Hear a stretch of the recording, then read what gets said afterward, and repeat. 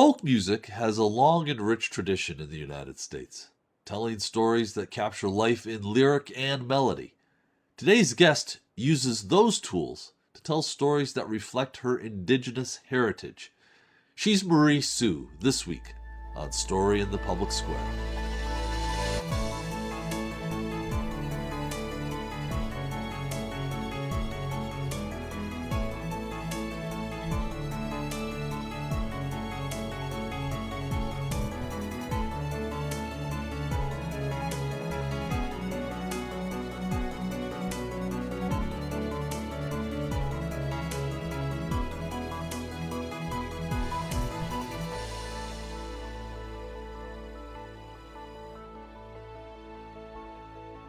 Hello, and welcome to Story in the Public Square, where storytelling meets public affairs.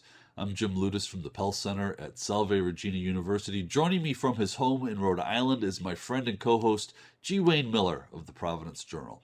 Each week, we talk about big issues with great guests, authors, journalists, songwriters, and more, to make sense of the stories that shape public life in the United States today. This week, we're joined by Mariee Sioux, a singer and songwriter joining us today from her home in California. Mariee, thank you so much for being with us. Hi, thank you so much for having me. Well, so Wayne played your music for me and said, I think we should have you on. And I listened to just a little bit and I said, oh my goodness, we really should. When you describe yourself as an artist, how do you present yourself? Um, I like to kind of actually think of myself more as a storyteller than just I don't know, a folk singer. Sometimes people put me in that category, but I really do feel like I'm a writer first and foremost. I've always written poetry and used a lot of words since I was about like 9 years old. So kind of an abstract storyteller for the natural world is the way that I sometimes put it. When did you fall in love with music? Oh my gosh, I've always loved music since I was a kid, probably around like my dad always played music, bluegrass growing up, so we were always around music, our family, and I think my first favorite band and like memory of loving music was Simon and Garfunkel when I was about like 7 or 8, Yeah. and I used to make mixtapes for myself to drive to school to, so that I could like listen to Simon and Garfunkel all the time, like in the car. I think it's been kind of a lifelong thing from the beginning. And so you grew up in Northern California, is that correct? Tell us about that. And your parents both have very interesting backgrounds. And so let's hear about that, because clearly that upbringing and your Hmm. parents and your family have had an influence on your music and your poetry. We should note that you're also a poet. I mean, you do a lot of things. But anyway, tell us about your childhood and upbringing. Hmm. Well, I grew up with my mom on an organic farm up in the Sierra foothills, which is Nisinan land, the local tribe here.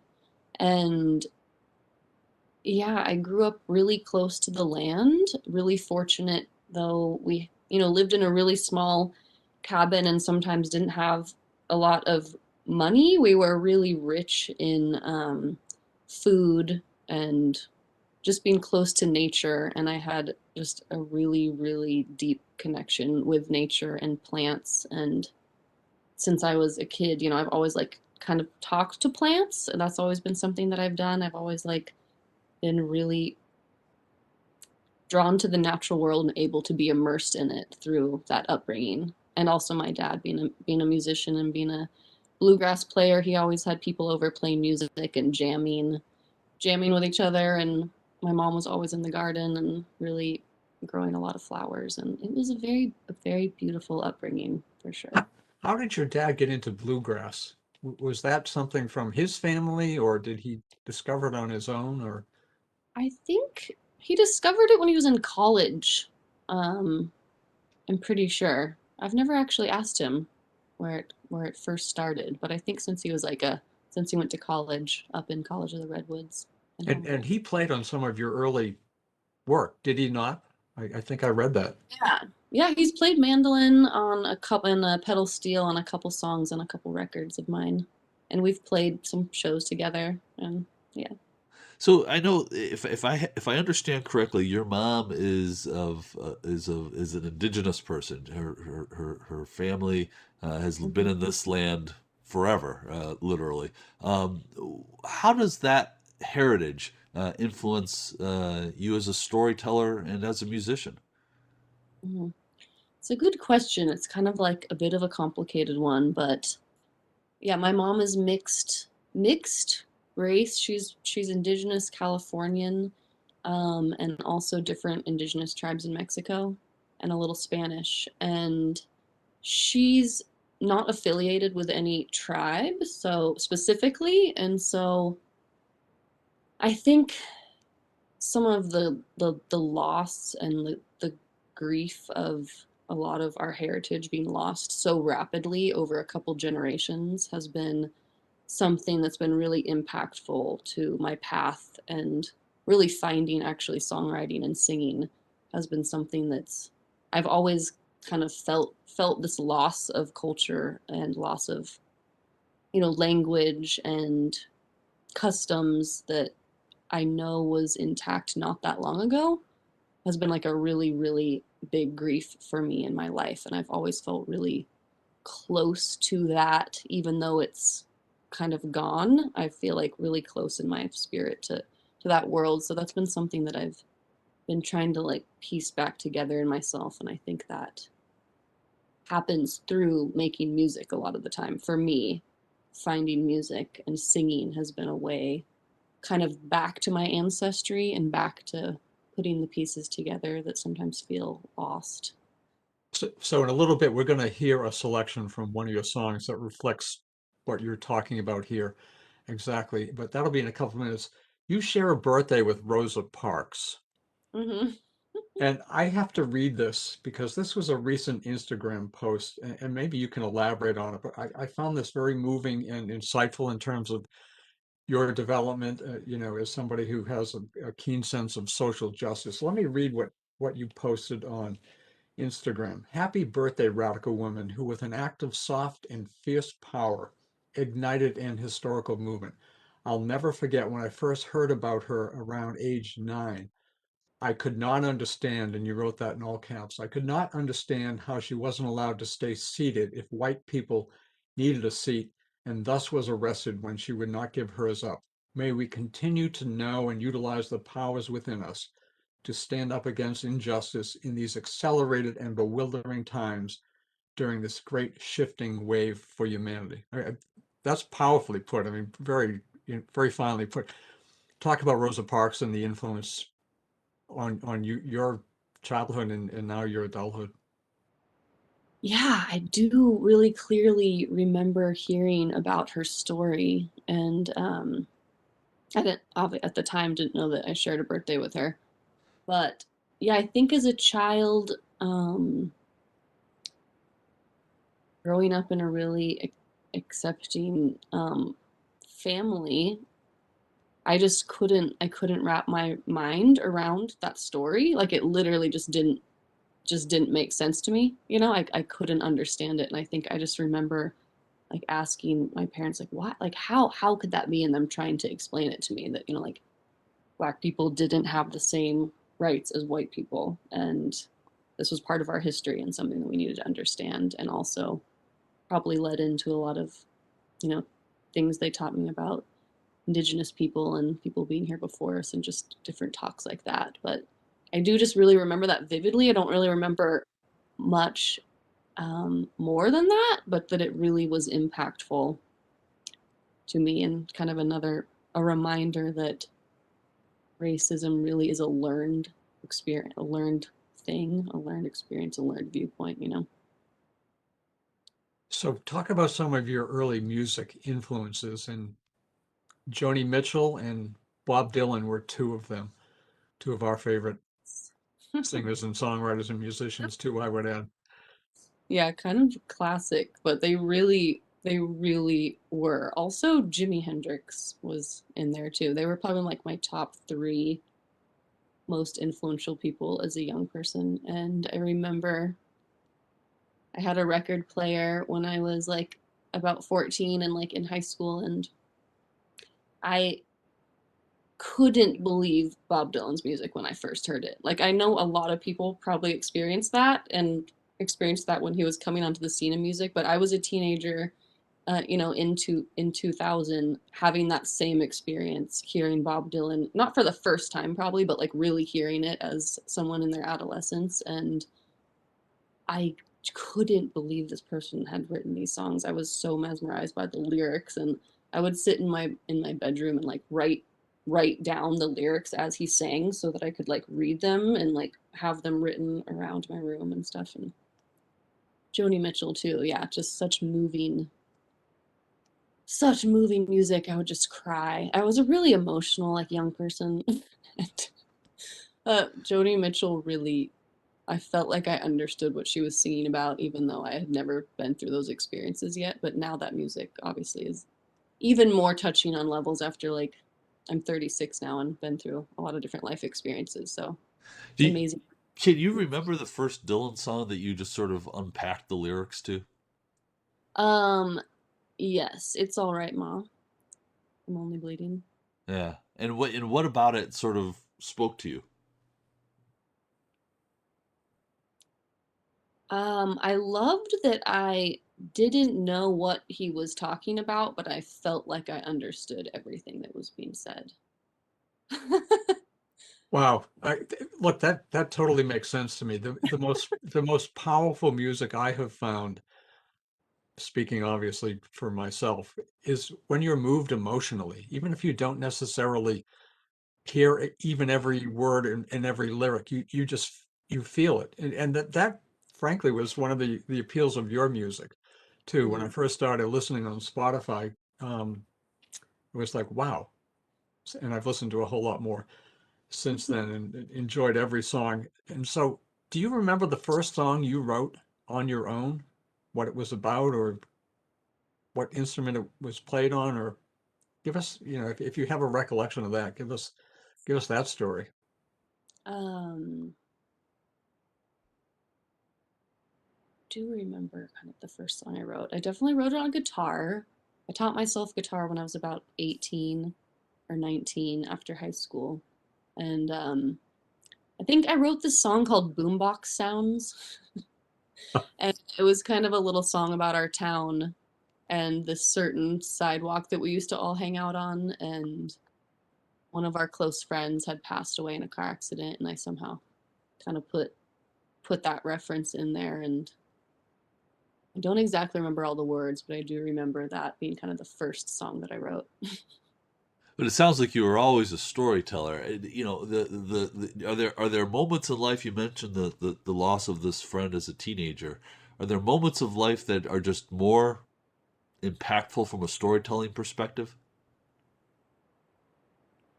Yeah, I mean, I think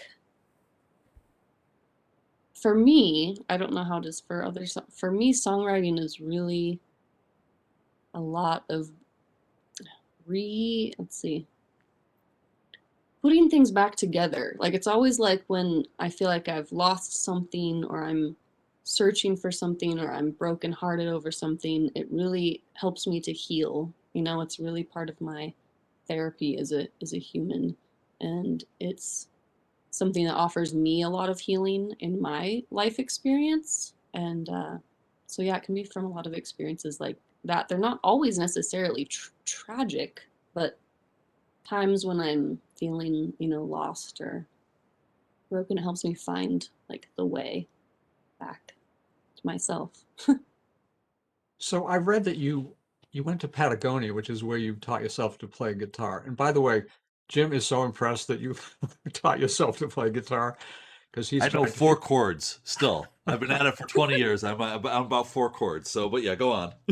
So what did you do in Patagonia, and how old were you? And tell us about, learning to play the guitar there. That was a really important trip for me, actually. I went to Patagonia, in Argentina, to work for this school. I don't remember the name of it anymore, but it was a school that helped the indigenous children of that area, the Mapuche, and they taught them a lot of different things besides just the regular schooling, like raising alpacas, farming, building greenhouses, taking care of animals. And so I went there after high school, so I was about just over 18, and I brought my guitar. I had just been teaching myself a couple Bob Dylan songs and learning some chords. And I was supposed to be going there with another girl my age, and so I didn't know that I was going to be going there alone, which ended up being what happened. Once I got all the way down to like the southern tip of Argentina, they told me like, "Oh, that girl's not coming." Actually, she was from San Francisco. And they were like, the other American girl, she's not coming, so it's just going to be you here by yourself. And I was like kind of shocked and freaked out because that kind of wasn't the plan. But so anyway, it was a really important trip because it was really challenging and really beautiful. And it's a really beautiful and an intense landscape there in the high desert. And working with the children was like incredible, though there were like language barriers and some rough patches to work through. By the end, it was this incredible growthful experience. And while I was there, I was very homesick and I was very alone sometimes because I was doing a lot of projects by myself, like painting buildings like in the wind, in like blowing wind all day by myself, and just a lot of really solitary times.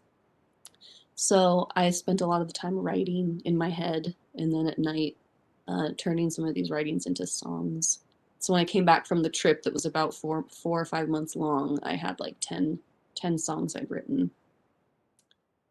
So your first album, if I have this correct, was in 2006, and it was called A Bundle of Bundles of the title.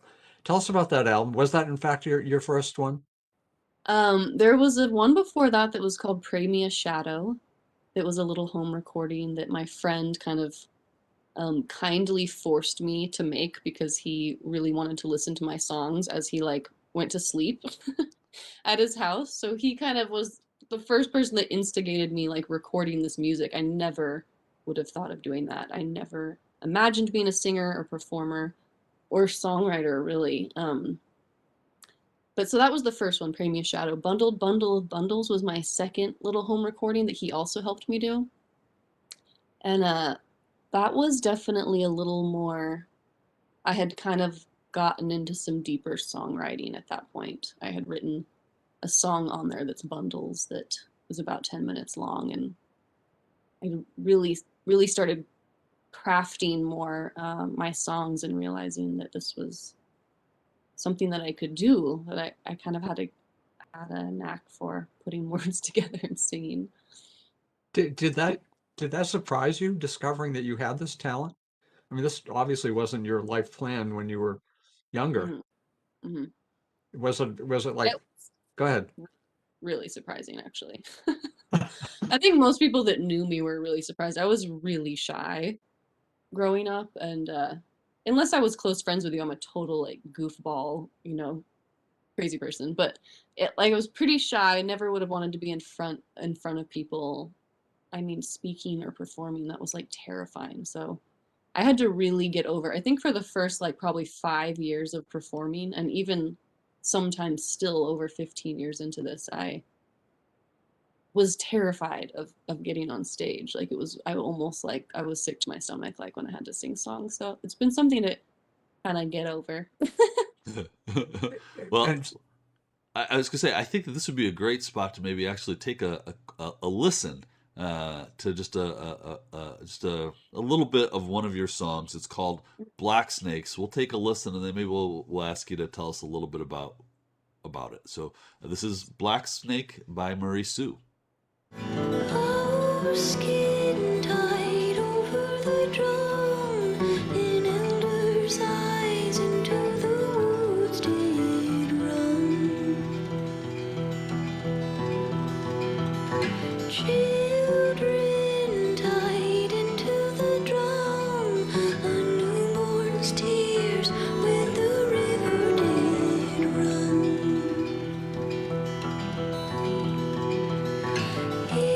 Eagle crying over the drum, an ancient seed smiles into the light of the sun. While mud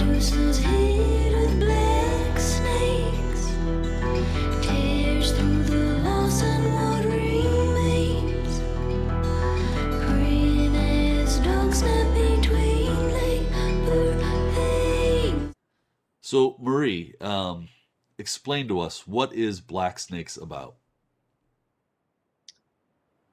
I wrote Black Snakes after I hadn't written a song in a really long time, almost a year. And it happens sometimes. I definitely would say I was having like a writer's block or something. And I was kind of at a place where I was like, am I ever going to write a song again? I don't know. I don't know if that's going to happen.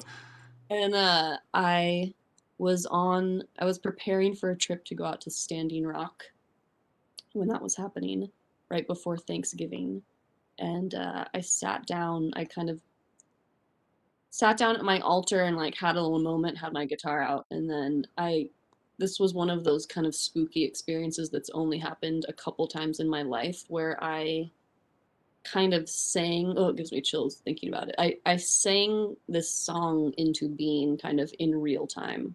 Like there wasn't much writing it beforehand. I started playing the part on the guitar and I started singing the words and the melody and barely revised it or anything by the end. So it's like the song really wanted to come through. And I feel like the song really is a prayer for water and is a prayer for the strength and remembrance of Indigenous people, really, this time. So That sounds like a mystical experience, for lack of a better word. Was it? I mean, I would call it something like that. Yeah. have you ever had that Mm, feeling before, or one that brought a song out of you, or channeled a song into you and then out into the world? I don't know moments- how. Go ahead.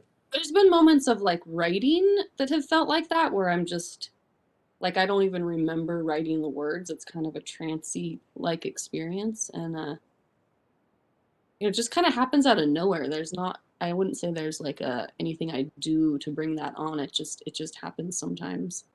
And but no, this was really particular with the singing of the melody and the words, and it's like the song already had been written before. Like it doesn't even feel like my song or something. None of my songs really feel like my songs. I would feel like they're always coming from another place. They're just coming through, and they kind of they want to come out and be heard now. That's kind of the feeling it feels like. I'm curious sort of how you work. Am I imagining you with a pad of paper and a pen and sort of jotting down ideas? Am I imagining you with a recording device in your guitar and just sort of almost free forming stuff? And is it some combination? How, as a songwriter, how do you work your craft?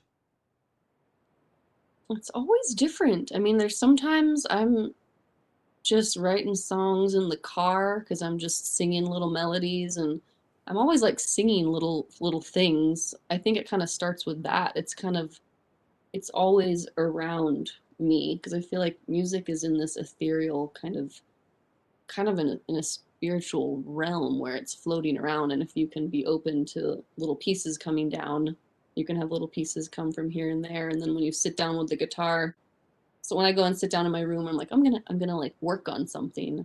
There's already been little things floating around, and they can have a chance to kind of make their way through and maybe get pieced together into something. Um, and then sometimes I'm just writing, and there's no music part of it involved. You mentioned sitting down in front of your altar. What is your altar?